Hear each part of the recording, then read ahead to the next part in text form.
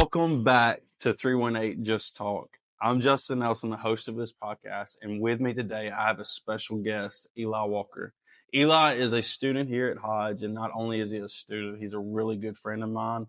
And for the topic of tonight, I really felt there was nobody better to get on this podcast. So Eli, welcome to 318 Just Talk, bro. Thanks for having me. I'm kind of nervous for some reason. Dude, I'm terrified for some reason now that it's going. The fact that there's a camera on you just makes it a little different. Yeah, so little do y'all know, it's storming outside, and I've had to run to Walmart, run to the dollar store, trying to get things set up. And Prayer tonight. We're supposed to be prayed up coming into this, but so hopefully it goes the way we want it to. Well, Eli, look, before we go into this, tell us a little bit about yourself, man. Like you said, my name's Eli Walker. I just finished my freshman year at Louisiana Tech, or not just finished, but I'm fixing to finish my freshman year at Louisiana Tech.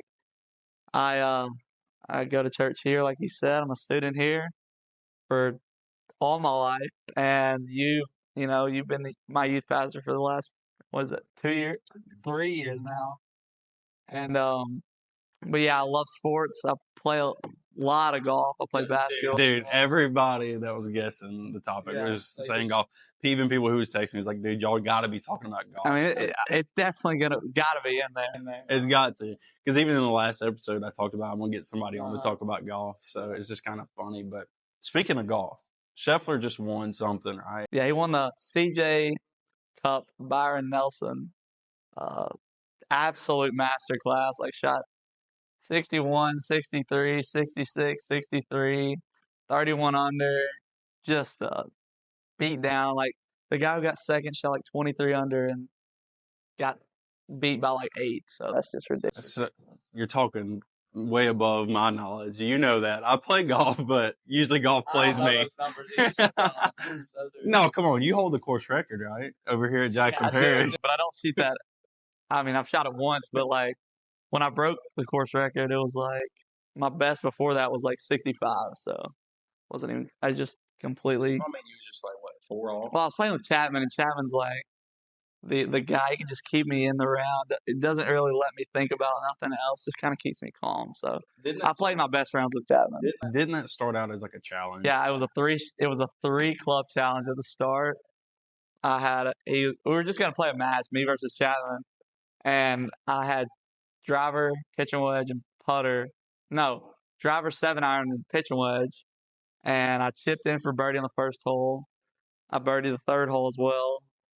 And then Chapman's like, okay, you're 200 through 3. I mean, let's just play again. I chipped in on the fourth hole too. So then we just kind of kept going. It was good. Goodness. We played the other day, and I shot a 107 or something like that, and you shot even par. Yeah, you shot even. So camera was on me, so it was a little bit. It's like this. It's a little more nerve-wracking stuff. Well, look. So the last episode, I said that we're going to do this thing every single episode, and I've asked you to come up with the verse of the day and the song of the day. Do you have those? I do. Let's start with the song of the day. Song of the day. It just came out. Shout out Grayson Pitts. He goes to this college. Well, I forgot. I was going to make a joke about it being a Taylor Swift song, but it's not, obviously. But, yeah, it's Joy Is More by IBC. I just was dancing to it in the living room before. Emma got me on video. I was just dancing to it in the living room before I came here. It's such a good song. Joy Is More by IBC. And, yeah, I've been bopping it all day. You've sent it to me. Last 2 days. And I've heard it on all the Instagram reels, but I still have yet to listen to the full song. We'll get on it because it's awesome. And now, what about the verse of the day? Today, this topic that we kind of had the idea of having, it's Proverbs 3 verses 5 and 6. It's trust in the Lord with all thine heart, and lean not unto thine own understanding, and all thy ways acknowledge him, and he will direct your paths. So that verse leads right into kind of what we were, we had planned on talking about today. And, it's a verse that is mentioned a lot, and there's no such thing as saying a Bible verse too much. I didn't want to try to think of something a crazy verse, because that verse literally is perfect for. Yeah, and that's the whole point of this verse of the day is like with my mindset of it. So the first one I did in Timothy, talking about how all scripture, and with that is it's a verse that has really impacted my life. And so like with you picking this verse, it's something that has impacted your life and something that you've hold on to. And I mean, you've got it memorized. There's not very many people that have scriptures memorized. So props to you, bro. Like that's something that our generation, my generation, your generation, and even those in front of us, they have kind of lost the love for memorizing scripture. And even for me, that's a challenge. And I want to be like Drew Galloway. I want to be like AJ Holloway. Yeah, no joke. Brother Kyle Grissom. Shout out, Brother Kyle, CMI director for Louisiana. Dude, he's like a walking Bible to you. It's crazy. But yeah, I'm really excited about this conversation today. The topic is transitions. So before we dive into like the really, really depths of it, let's hear your definition of a transition. Like, what is transition? Transition, I would say, just simply going from one stage of life. I mean, that's a big picture of it. We go from one stage of life to the next, but I mean, it can all be dumbed down to a smaller version of just a simple transitioning from one. Just I kind of messed up there, but yeah, just one stage of life to the next is what I would say. I mean, even like going from, like let's say that you're going from this, let's use golf for instance, a transition. So like when you're going back to your backswing, yeah, you're transitioning back, but then you're also shifting your weight from one foot to the other, right? See, I know a little bit, but that was something that came to my mind is like sometimes a transition isn't really necessarily like a new point of view. It's just maybe just a shift that maybe opens the eyes or whatever. That's something like for me, and using the golf analogy, like not you, but Chapman. Shout out to Chapman keeps you sane, and he like makes me so nervous because like he'll be like, keep the weight on your front foot, and I'm like, bro, I'm standing on a hill right now, like I'm gonna fall. Yeah. And so like with that transition in your weight and that shift, and you may not understand it in that moment, but the power it actually has. And sometimes it's just transition in your point of view. And so with that, like, what is in your life, what is a good transition that you can think of, whether it be small or big? So a good transition in my life would be so I'd say the biggest transition in my walk with God happened not this past HYC, but the 2023 HYC. It Josh Carson preached it, and he preached a message called "Do you have a dance worth despising?" And it completely, like from that moment on, completely shifted my walk with God. And going into that summer, a lot of things happened in my life. I made decisions, to go to Louisiana Tech and to leave some things behind. And I feel like that was like that message I felt like was just running through my mind all of 2024. And it really just completely pushed my walk with God. And yeah, I'd say that's the main transition, the biggest transition that I've had in my life. Um, I remember my senior year. It was towards the end of my senior year of high school last year. I was sitting in an auditorium and they brought a speaker in. Um, it was like a what do you call it? FCA, like Fellowship of Christian Athletes. It was all the senior athletes, and some guy was speaking, and he said from the time of like 18, 19 years old, when you were transitioning from high school into the real world or into college, that is he was kind of giving a warning. He was like, that is the biggest time where, young adults will lose their faith and lose their Christian beliefs or whatever it may be. And, I'm sitting there, I'm a senior in high school. I'm like, dude, like, I'm not gonna, and I haven't lost my faith and beliefs, but I'm like, dude, it's gonna be easy. Like, I'm a senior. I go to a public school. I mean, I've seen it all. Like, that's what I thought at least. And, you know, as college started, my here in the fall, immediately within, I remember telling you within the first couple weeks, I was like, bro, and I got a job too. I was like, bro, this is different. This is not like what what I expected, even though I'd been told it was going to be different, but it wasn't what I expected. And, I got overwhelmed with school. It was like, next thing you know, it was like I hadn't read my Bible in a few days and I hadn't prayed. And it was just like people that are around you are just so different in college and in the workforce. And before I know it, it was like, whoa, like this is real. Like I have to get a grip. And luckily, through that past year and just the years leading up to that, been able to, I'd had time where I devoted, prayer life, time in the Word, and back to golf. Like Scotty Scheffler said that when he steps up on the first tee of a golf tournament, he relies back onto what he had the time he had spent practicing. And I felt like that's what I had to do. I just kind of was like, okay, this is different. This is a new battle I'm facing. This is, college. There's a lot of different people, a lot of people with different looks at life. But I was able to look and fall back onto what I know. Yeah. And what I know is the Word. And what I know is that I don't need another reason to keep trusting in God. So I just held on to that. And that's what kind of got me through this, honestly, all of freshman year. And I was going into college. I was like, man, I really hope I can start it off stronger than I did in high school, because I don't think I wasn't as good of an example as what I would like to have been in high school. And it was much more difficult than I thought it was going to be going into college. And life still happens, but I think I was able to get through it with just falling back onto what I know, and that's Yeah, kind of like practice makes perfect, but it's not really never make gonna be perfect. No, but but it's just the fact of you get back to your roots, and that's something like even for me, and that's kind of like where we're going to take this topic is, looking back at this transition in your life. There's things now that you have knowledge of. They always say that hindsight is 20/20. And with that, let me ask another question. What's a bad transition that maybe has happened in your life that you look back and you're like, oh my goodness, I knew better. I should have done it, shouldn't have done it, or whatever it may be, or I should have did it this way. And you're like, that is a transition that maybe would have changed where you are now. I'm not saying that you would go back and change it, because then you wouldn't be who you are. But looking back, what is a bad transition that you can say that right there really shifted kind of maybe a decision?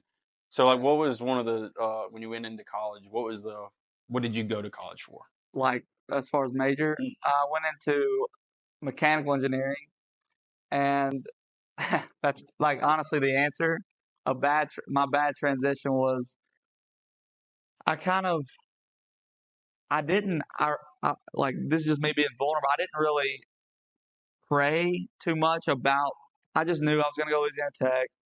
I just kind of I was like, I don't know what I want to go into. I just know I want to go get a degree. And looking back, hindsight is always 20/20. I didn't really go to God, and that was like, what do you want me to study, or what do you want me to do? And man, engineering is it's going through high school. I was like, high school was pretty pretty easy. I don't want to sound. Not everybody's as smart as you, bro. No. I promise you. Now that I'm in college, it's just completely different. I think equipment was just too easy. They just like don't even care. I think. Okay, that I don't know if that can go in, but whatever. But yeah, like I don't think I went to God enough about that, and I got smoked, dude. Like I'm sitting there with Jude and Tyler in engineering, and it felt like making it to church on Wednesday nights was tough, because I had homework due that night, and I was like, man, I don't know. I'm sitting in church just thinking about, am I going to be able to do my homework? Just stress. It sounds weird, but I never thought stress was even really or like anxiety, stuff like that. I'd never dealt with it. And I didn't really think, honestly, it was a thing. Like, I hear people talk about it, but I'd never really dealt with it at all. And man, like going through the stuff I went in the summer, and then hitting engineering school, it was like anxiety through the roof, looking at grades I'd never seen on my test papers. And yeah, it was rough. I'd say that's definitely by far the worst transition I've made, at least recently. And but now I'm in finance, and it's something that I was going to go into originally. I spur of the moment decided to switch to engineering, and it is. Do you think that was kind of like a peer pressure thing, or did you just kind of? Well, you hear engineering like you're gonna make super good money. It's easy, but it was almost like I had to throw away the next 4 years of my life in order to have that. And first of all, it's something I didn't even want to do. It was just kind of like tech is known for it, so I was just like, okay, I'll just go try it. And there's nothing wrong with trying it. Like now I know that it's not me. But what I'm in now is definitely the right thing. And I know in the fall quarter I was like really praying. I was like, God, like I know this ain't right. So where do you want me to go? And my mom graduated with a finance degree, and I kind of like what she does. So that's kind of my plan, my plan, and hopefully God's plan too. So Yeah, dude. Okay, on the topic of your mom, then tell us about your parents, like in your home life. Before we dive too deep, like tell us about like where you're from and all well, that. I live 10 minutes from here. I live in Quitman, Louisiana. I went to Quitman High School. My parents both work in Ruston, so that's where Louisiana Tech. So I commute from home. I drive to Tech every day. So I'm blessed enough not have to didn't move off anywhere. I think that would have opened a whole new set of that's like that. It would have opened just a whole new set of battles and decision making on my end that I don't think I'm ready for yet. And so I'm super grateful, and my parents have done above and beyond for me through high school and raising me in this church, and taking me to every golf event, basketball game, and just dealing with my. Not only is this Joker good at golf, he is a phenomenal ball player too. He could have went to college for either one of them. Yes, you could have. What's funny is I ran into a guy that knows your dad, and that was one of the things he said. He said, talking to your dad, they worked together. He said, like your dad, seeing the excitement on his face whenever there was a golf tournament because he got to go and just be there. And, that's something that I'm looking forward to with RJ, like whatever it may be that he decides to do. And not only RJ, but Bendy and Everly too. I'll be there too. I'll be watching RJ. No joke. Yeah, RJ and Eli, they're pretty tight. Yeah. But I'm excited for those moments. Like Bendy, she's talking about wanting to do softball next year or Little League, whatever it's called. Yeah. And I'm already too competitive. And so this Joker is competitive. All right. This dude comes to my games, and I'd be like, I don't know that guy. I did not know that. There's probably a video somewhere of me screaming. It's pretty bad, but with transitions, like I'll talk about me and the fact of like whenever I came out of high school, I had already kind of made up my mind that college wasn't for me, and I had met Diana, so I wanted to go on ahead and pursue like getting married and having a family and stuff like that. And looking back, I wouldn't change none of that by no means because I knew that was kind of like, I'm not going to just say God's will, but it was in the plan. But one thing that I would say, like if I was to look back and look at that transition from high school into the workforce, not only do you need to enjoy the time that you do have in between, but to use that to identify, like, this transition from high school to real world, from high school to college, identify those things that maybe you've been lacking. And, we could dive off into the spiritual side and just talk about like, identify is your prayer life where it needs to be? Is your Bible reading where it needs to be? Whatever that is. But not only that, like look at your commitments at home. Look at your commitments to if you have a job, like is tithes if you want to keep it spiritual, or is even saving and all these different things. And and that's kind of where my mind went with this is like we're in the graduation season right now. We've got 4, I believe, in our youth group right now that's graduating this year from high school. And so I was like, you know what? This would be a pretty cool little topic for us to jump on from somebody that's been in it almost a year into the college, that's came through the transition. And the main course of this is like, I want to hear what is something that you wish that either somebody would have told you or something that looking back, and you kind of hit on it a little bit, but with the transition from college to real world, like you said, you had a job too, or you got a job and all this other stuff, but let's just talk from high school to college. What is something that looking back now that either you wish somebody would have said or you wish that you would have thought ahead and been like, what is the right direction? What is the next step? Well, I'll start by saying this because you got to talking about the golf swing and how there's a transition. Well, actually, at the top of your golf swing, little tip, there's a transition that happens when you get to the top and when you go down. And what happens a lot, if you hit a most of the time if I'm hitting a hook, that means I'm getting too quick at the top. So I'm rushing my transition and not letting it pause and like get everything set before I go down. And I think when you said something about that, that just kind of hit my mind. I was like, and that's how the transition from high school to college is. It's like it's so quick, and if you don't let everything get into place, if you don't have everything set in place, you can rush the transition. You can rush everything, trying to get your life in order too quick, trying to rush God's will for your life when He's just trying to say to you like, okay, I know you want to get a nice job, and I know you want to get married and go do this and go do that, but right now I have you in this spot, and I want you to make sure you've got this part under control before you rush into the next part of your life. Because that's, we were at the CM, or what was the other night, the Friday night youth rally thing? It was directed towards college. Yeah. So their purpose round. But the message he taught on was called The Waiting, and it was so good. And he just talked about how when in life, most of the time there's not something going on most of the time. Like most of the time in life, you're just in a waiting period. Yep. And being committed in the waiting, being committed in while you're on the bench is the analogy he used. When your name gets called, if you've been committed and if you've been in prayer, that's when your name is called, when God calls you, when He's like, okay, now take this step. You're not like, oh no, what do I do now? You go, okay, I've been patient, I've been committed, I've been in the Word while in this waiting period that I really don't know what's going on. And I feel like that's kind of the main thing that I feel like I rushed it too quick. I feel like I was just all in. I was like, okay, I'm in college now. I want to be an engineer. I want to do all this stuff, and I just needed to slow down. I was like, okay, it's not going to happen all at once. And this 2024 HYC, that's kind of where I see that, where it was like, there's seasons of life.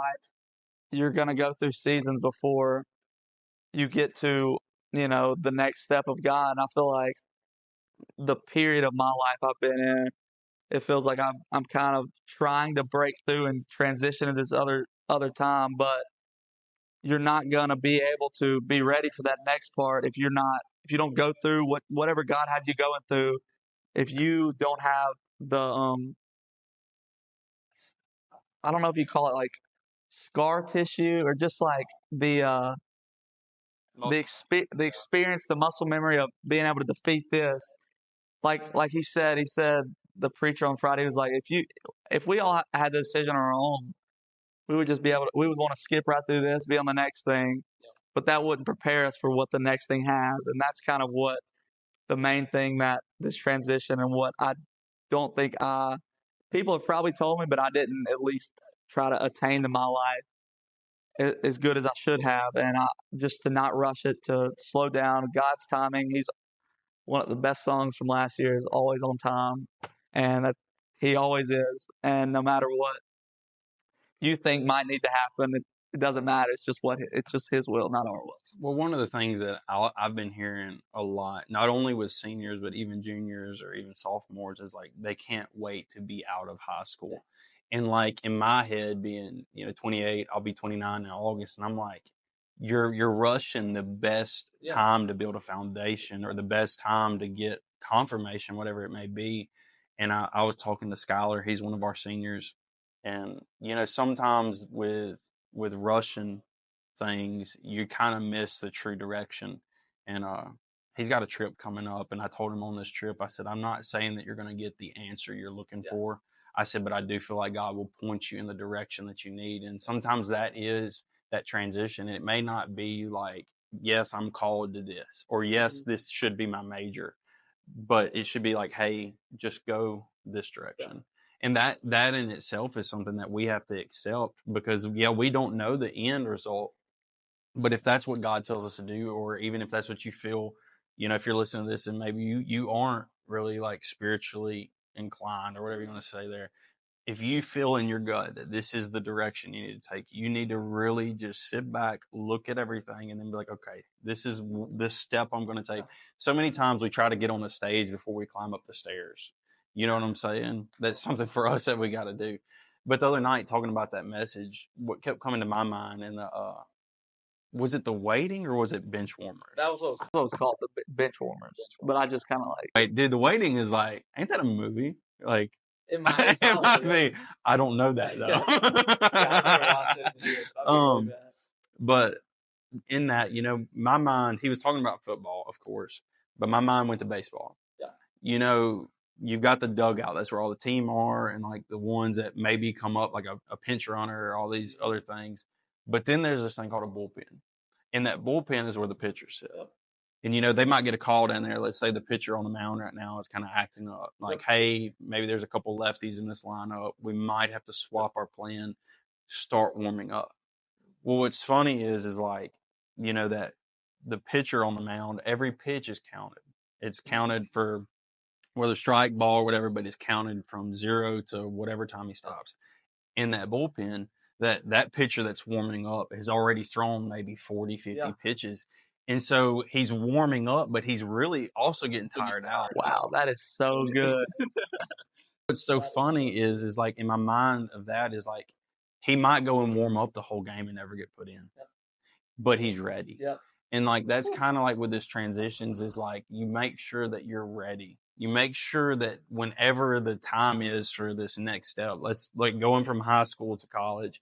If you're going to, I'm gonna just use our local ones. If you're deciding to go to Tech, or if you're going to ULM, or going to LSUS, or even going to LSU, all these different things. If you're in this transition of like which one to go to, you just got to make sure you're ready.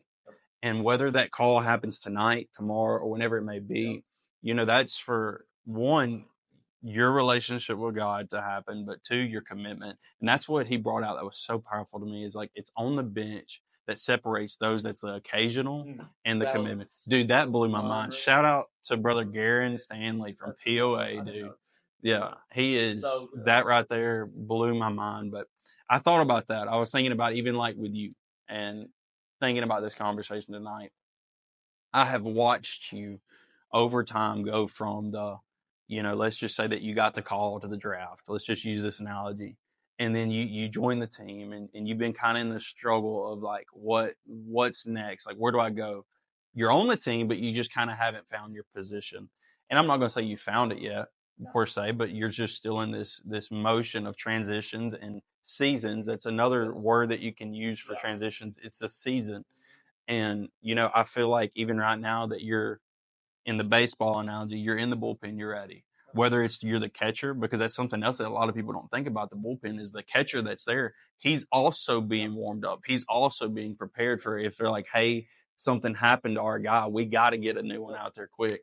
And so there's more than just sitting inside the bullpen. It's being ready for that moment. Like, hey, in 10 pitches, you're about to come to the mound. And sometimes that 10 pitches might take 2 seasons in your life. You know what I'm saying? And so with this right now, with this transition, these ones that's coming from high school to college, maybe you don't feel like you have the answer right now. But when that answer opens, if you feel like it's to ministry or you feel like it's to whatever, the workforce or whatever it may be, are you prepared? And in that moment, yes, if you are a Christian individual, the number one priority that you need to make sure is your relationship with God is on point. Now, does that mean you're going to be perfect? By no means. I literally struggle every day, just like every pastor, every youth pastor will tell you. We struggle, we're human. But the dedication, the discipline, let's use the people in the bullpen.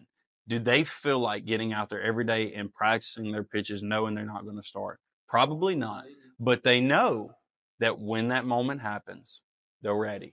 And, that moment might be the first game of the season, or it might be the World Series. Either way it is, no matter the platform, you got to be ready for that transition of going from the nobody per se, or the one that's not seen, or the feeling like you're lost, whatever it may be, into the spotlight. And I hate using it like that, because that's not how we should live our life, looking for the spotlight. But God says that his light will shine through us.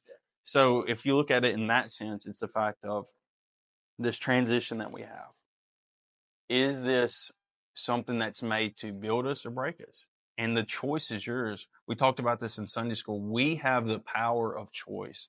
And like you said, talking about how you picked the engineering, we can talk about peer pressure. We can talk about all that, but it was still in your hands to sign the dotted line. And so with the transition, maybe it's a transition that you are supposed to go through, or maybe it's one that you put yourself in, but the scripture says that he will work all things for the good. So that's the point of this. And I'm really trying to I want to identify for those, this transition from high school to college, or if you're in college, from college to the workforce. Where are you at with your walk with God? Where are you at on your foundation with him? Are you able to, like in college, you get hit with some pretty bold stuff that makes you question what you believe and what you stand for. Another thing is, that's been going around is that reel I sent you yesterday of, you're constantly being attacked, especially if you're in this faith that we believe in, and that's what the Bible says. There are so many opportunities that the enemy tries to throw your way to try to throw you off track. And I was going to say this, though. A lot of times I would question, I'll be like, am I in the will of God? Like, how do I know if this is the will of God? And that's a very, it's a thing to think about. It's like when you're transitioning, like, where do I need to go? Is this God's will? Is this God's will? But first of all, He will show you. And how I kind of came to that realization, and Brother Jimbo Yoakum at drama last year, he said, he was talking about the will of God. And he was like, how do I know if I'm in the will of God for my life? People worry about it. But it's not like God's going to he might, but he's not going to be audibly like, this is my will, go this way. Yeah.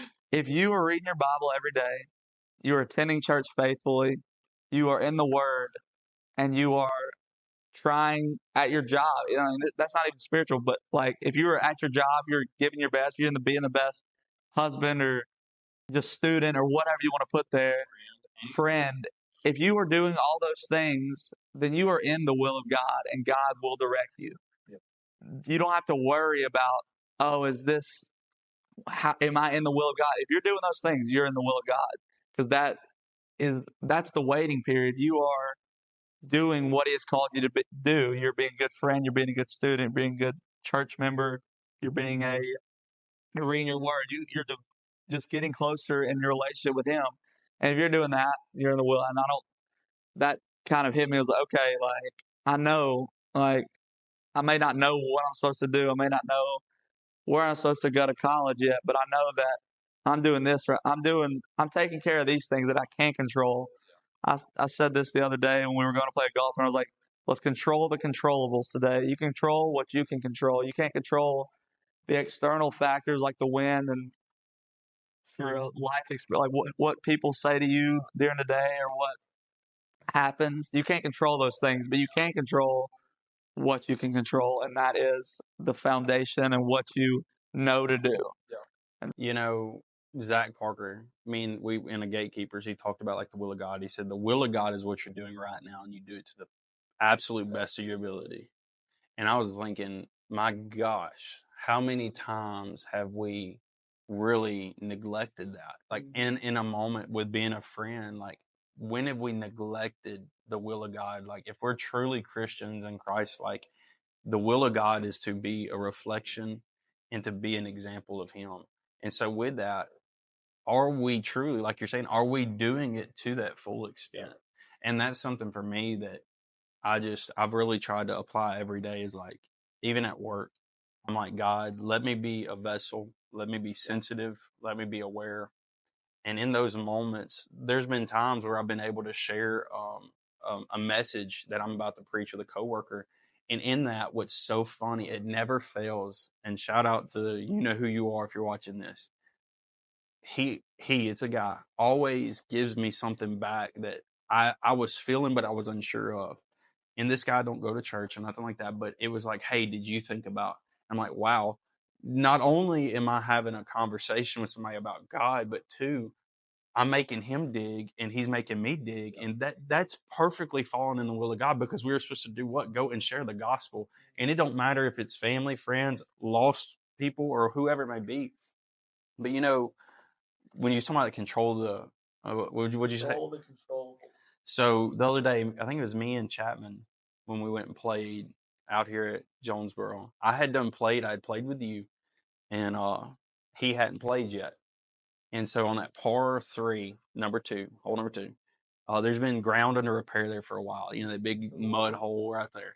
You can't hardly see that from the tee box. And so he teed off, and I was like, oh, that's good. Like, to me, it don't matter what you think about it. I think it's good because mine's usually like gone.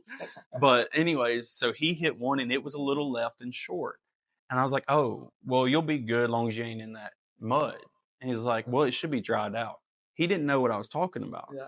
Well, I hit mine far right, hit a slice. It's fine. But when we got down there, he's like, how did that get there? And he's like, that shouldn't be there. And I said, well, you know, it's ground under repair so you can move. That's one of the moments he couldn't control where that was. He didn't know the outcome of where he hit a good ball, but he couldn't help what was down there. And sometimes that's the way it is with our life and our transition. It's a pure thought. It's a pure motive, but you can't help what happens because life's life. And, you know, even with it, like I said, going from high school to college, you may feel like this is the right direction. This may seem like the way to go. And then when you step off in it, you're like, yo, and that's something you can't control. But two, you got to understand that maybe it's there for a reason. And yeah, that stuff at the golf courses shouldn't have been there. But in life, you know, the Red Sea was there, but God used it for them to go through to get rid of something that was following them. Glorify him in the process. It's the whole deal. They was controlling what they could control by following God's voice and getting out of Egypt. Now, was they doing some stuff they shouldn't be doing? Yes, they was not being obedient, and that's a whole nother topic. But once they got to the Red Sea, they asked the question, like, did you bring us here to die? Yeah. No. You can't help where you are right now, but God will get you through. And so with this transition, if you're struggling right now, if you're dealing with something, understand that God will get you through. You can't control everything, but we know the one who does. And that's what's so beautiful in this transition time of our life. And for me, you was talking about a while ago, like different stages. So for me, being the youth pastor here at Hodge, in 2020, and I'm going to go into this another episode, like my testimony, but in 2020 is whenever I really turned around in my life. And I really started working on my foundations and my commitments and all this stuff. Little did I know that at the same exact time of me doing this, my pastor got a word from God that where I'm at right now, being the youth pastor, would be my position. Now, if my pastor would have came to me and just told me that, I would have missed out on every transition I needed. Yep.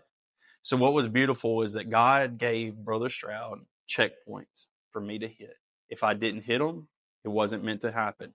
But God knew his plan that he had for me. But my power of choice would direct me on which way to go. So with this, Brother Stroud said that he knew he couldn't just tell me, because I would bypass every single lesson, every single transition, every single checkpoint that I needed to hit. And so with that in mind, I was able to go back to the foundation, like you said, like you talked about how, like, when you got really tried and tempted, you went back to your roots. Well, I was born and raised in this, just as you was. I went way left field. But I got back and I understood, wait a minute, I need to read the word. I need to get a prayer life. I'm a husband. Not only am I a husband, I'm a father. So I'm supposed to protect, provide, and lead my family. I'm the priest of my home.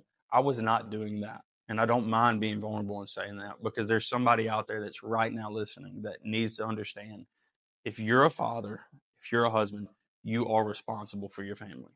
And Eli, even like you're young now, that's something that I wish somebody would have stressed a little more to me at my younger age. But with that, I started just identifying, okay, this is a transition. I need to go from doing this to reading the word.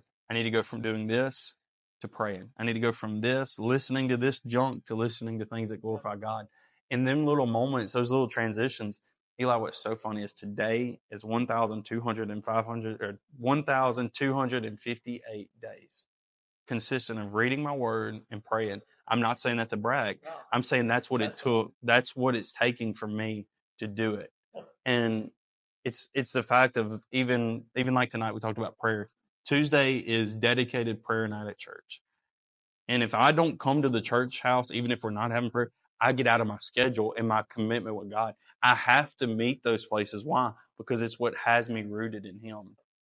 Now, the circumstances happen. Control. There's some, like if it was Helen and I, we wouldn't be here. So what's crazy is like in some of those moments, okay, let's say that I couldn't have came tonight. Should I just not pray? No, you should find a place and make it happen. Why? Because that's a commitment you need to make with God, whatever it may be. So these transitions from high school to college, give me 3 things that you could give a student right now. I'd say the first thing is, at the end of the day, no matter what you're raised in, if you're raised in a good home, bad home, it is up to you. No one else can make the decision for you. And that's something that I kind of had to decide, like, do I really want to do that? Do I really want to live for God? Because, I mean, there's going to be ways to, I mean, you're going to have to choose. If I'm going to live for Him? Am I going to follow what He has for me? Or am I going to go the other way? And I had to realize that. And I'd say that's the biggest part, is making your own commitments. And because you can't rely on, I mean, I probably, when you first came in to be youth pastor, I relied on you a lot. I relied on Sunday, and I still do, but I relied on like Sunday messages and Wednesday night messages to keep me going. And it might have worked for a week or two, but it's just not going to maintain that consistent fire that you got to have when you transition from high school to college. And another thing is, like, I mean, I kind of already talked about it, but just trust God's timing. Don't try to get to the top and pull down too quick, because you'll hook it out of bounds. I've done that way too much. But be patient. There's Ben Kruger, the Paul's King. He isn't pausing at the top because it looks cool. It's because it helps him stay patient at the top. It helps him get in the right positions before he fires and goes to the next part of his swing. And I talked about that a little bit, but that's something that you can tend to do, is just try to get ahead of God. And another thing Jimbo Yoakum talked about at drama was try to ask God to see things from His perspective. Like, obviously, you're not trying to ask God to be God, but you're just trying to, God, like, I see all these things that I see from my level. I mean, it looks crazy. I don't know where to go. Ask God to be like, okay, let me see what you see in my life, what the path that you want me to go on, and He'll show you. He'll direct you, and that's such a good prayer. And it's not you don't have to be scared to pray that. You don't have to be scared to pray those bold prayers. And speaking of bold, I think that's the third thing, is just be bold. When you make this transition, don't let the circumstances, don't let the uncontrollable things get you straight off path.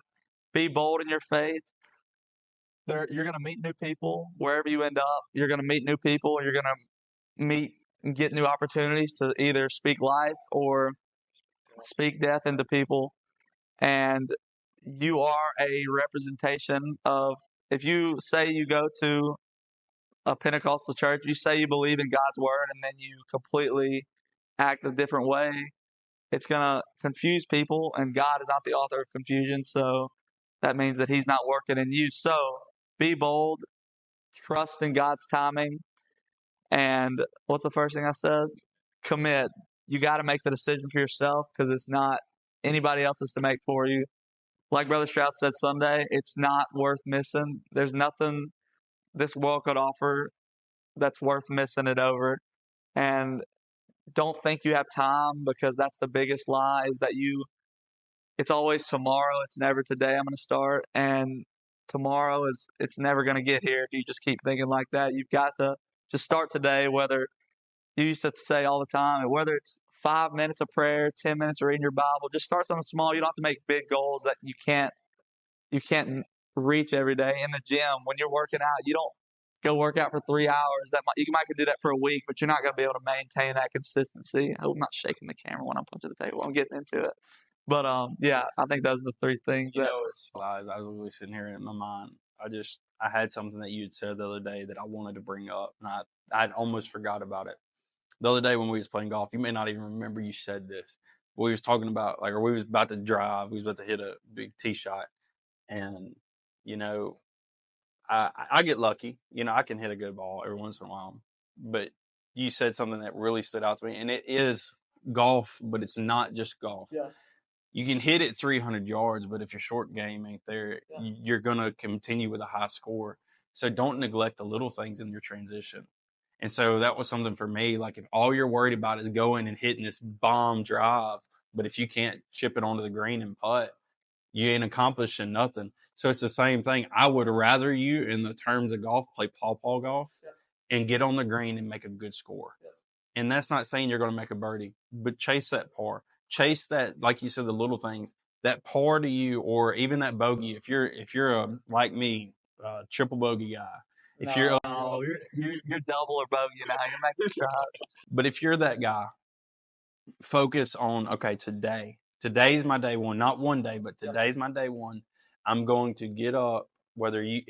So for me, I have to do it early. Otherwise, I will let life win every day. So I got to get up and I'm going to read.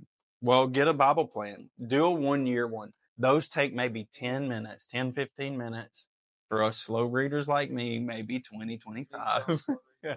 But the cool thing is not even just that. The way that this technology is for us, it's so easy to start small, but it's so impactful. I believe one of the first conversations me and you ever had, as far as like really in depth with Jesus, was, where do you start? Start with where you're curious, or what's something you're going through. So like, if you're curious about forgiveness, start there. If you're struggling with addictions, start there, because that's going to be something that you commit to. Yep. And that's something for me. I can commit to going out there and swinging the driver, because in my head, I'm like, I can go 300 yards if I really connect. But what I really need to do is work on what I'm really identifying, what I'm going through, and I need to chip. I need to work on that 80 yards and in. And with that could be the same as addictions. If you're struggling on something that gets your attention, or whatever it may be, there is scripture for it. We have the blueprint, and you need the blueprint for transition. Well, Eli, dude, thank you for coming on 318 Just Talk. Dude, we will. And what's cool is, my plans is I want to get a group of guys. I've already got them in my mind, and I want to just sit down and talk. And because what's cool is, like, yeah, we had a topic for tonight, but our conversations always just go everywhere. And I want to get my brother on. I want to get Chapman on. He'll be one of the guys inside of that, because, I love, this is something that's neglected, is just talking. Brother AJ said something to me that was so profound. He said, if we miss sitting at the table and just talking, he said, we've missed the whole point of it all. And so that's something that I don't want to miss. And dude, again, thank you so much. And if you're listening to this, go follow Eli. He's already got a bunch of followers.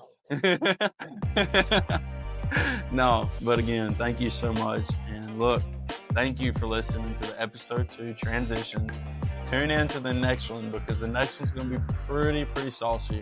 So y'all have a good one. We love you, and we'll see you on the next one. That was good.